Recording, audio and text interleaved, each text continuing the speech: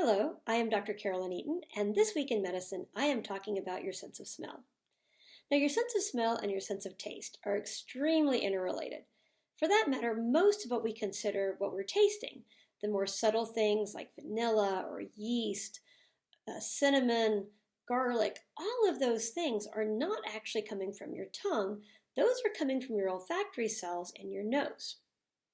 Your tongue only detects sweet, salty, sour, bitter, and something called umami, which is an earthy taste, kind of like what mushrooms have. But everything else is actually coming from your nose. So when you're taking something in your mouth, how does that taste basically get in your nose?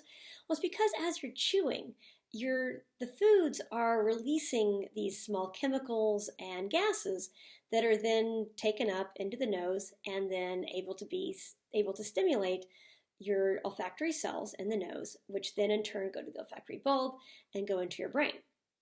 Now, the other amazing thing about smells is that they are very associated with memories and with emotions.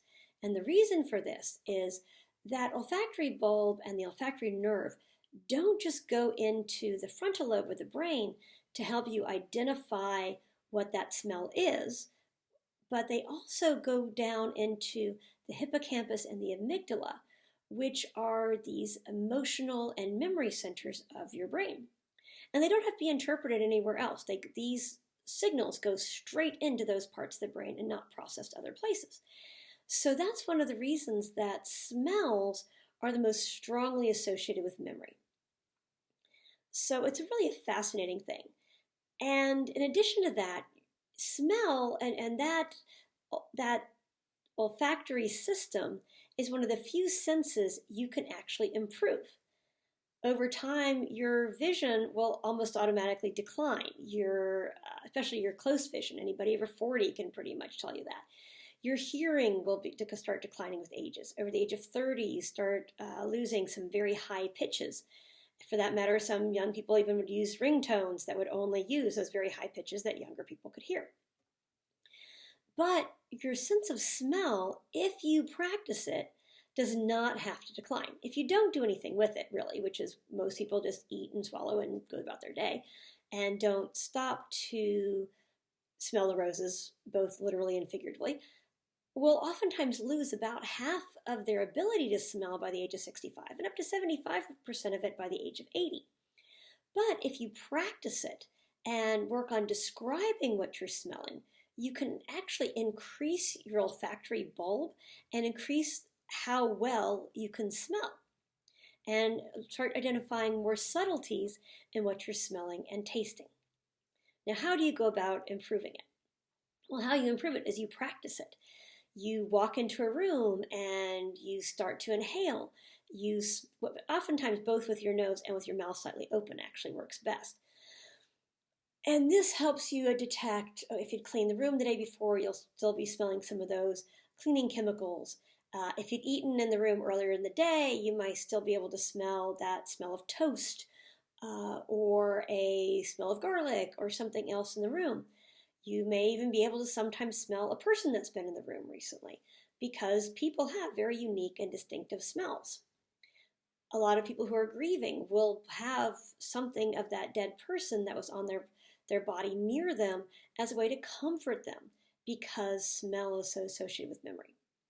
Now, other ways to practice it is actually go to your kitchen cabinets, go to your spice rack area, and start pulling some out and seeing, what you can identify with it and what memories it triggers. So I've got oregano, by the way. That was the first one I was pouring out, was oregano.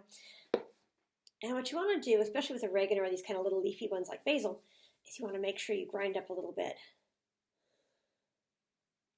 And especially when you open your mouth with oregano, you're going to really, or with cinnamon, you'll really feel it on the top part of your palate as well. And when you smell that, you can't not think of going to an Italian restaurant, not think of sitting around with spaghetti with your family, having those kind of associations. And then you want to work on more and more subtle smells. So instead of a ground spice, using a whole spice, like I've got some whole nutmeg here. Here we go. So the whole scent. And And even the whole form is still fairly strong smelling, but it's something that as you work toward more and more subtle smells, this helps. I mean, you can't smell nutmeg and not think about Christmas or also Starbucks because nutmeg is one of the key things in pumpkin spice lattes. And so you have that memory, and you almost, even though you're not smelling cinnamon at the time you're smelling the nutmeg, you do smell cinnamon, which is a weird thing to me. Is like I know it's not there, but I still have a memory of it. Immediately comes to the fore. So those are ones that'll do that. Of course, this is one of my new favorite ones. This is a chocolate chip pecan cookie, which I made yesterday. This particular cookie was slightly overcooked, so I'm also smelling just a little bit of burnt chocolate with it, but also, of course, overwhelming smell of dark chocolate and just a little bit of the pecan. And going through and practicing what you're smelling is very helpful. Now, loss of smell is also an important thing because it can be an indicator of other things going on inside the body. Everybody's heard about COVID-19. Loss of smell can be one of the signs that that's the infection you have. It's also commonly found in several other viruses, including colds, and of course people with sinus infections will have a reduced sense of smell because of the mucus blocking the olfactory cells. And unfortunately, people who work as welders oftentimes will at least partially lose their cells, their olfactory cells and their sense of smell because heavy metals like aluminum that they could be inhaling can damage the olfactory nerves and sometimes permanently. People who've used zinc, the nasal spray zinc for cold suppression, for early treatments of colds, unfortunately have sometimes lost a sense of smell because of the damage to the olfactory nerves. Now, unfortunately, the olfactory system is also affected by certain brain types of diseases as well, such as Alzheimer's and Parkinson's disease. Alzheimer's, of course, being the progressive loss of memory. And unfortunately, one of the earlier signs of it sometimes can be a reduction in taste and smell. So if a family member is becoming more forgetful, and they're less able to identify taste or less able to identify smells in their environment, that could be a trigger that they're starting to become more demented, and you might be needing to talk to their doctor about further testing for different types of dementia. Parkinson's disease is also associated, so someone who's developed a new tremor could be coming and going tremor, but they're also losing taste and smell. That's an indicator that they need to be seeing their doctor, and that's an associated symptom with that. And unfortunately, if we're not practicing it, we will lose some of that sense of smell as well. So make sure you're practicing it so you can continue to appreciate your environment better.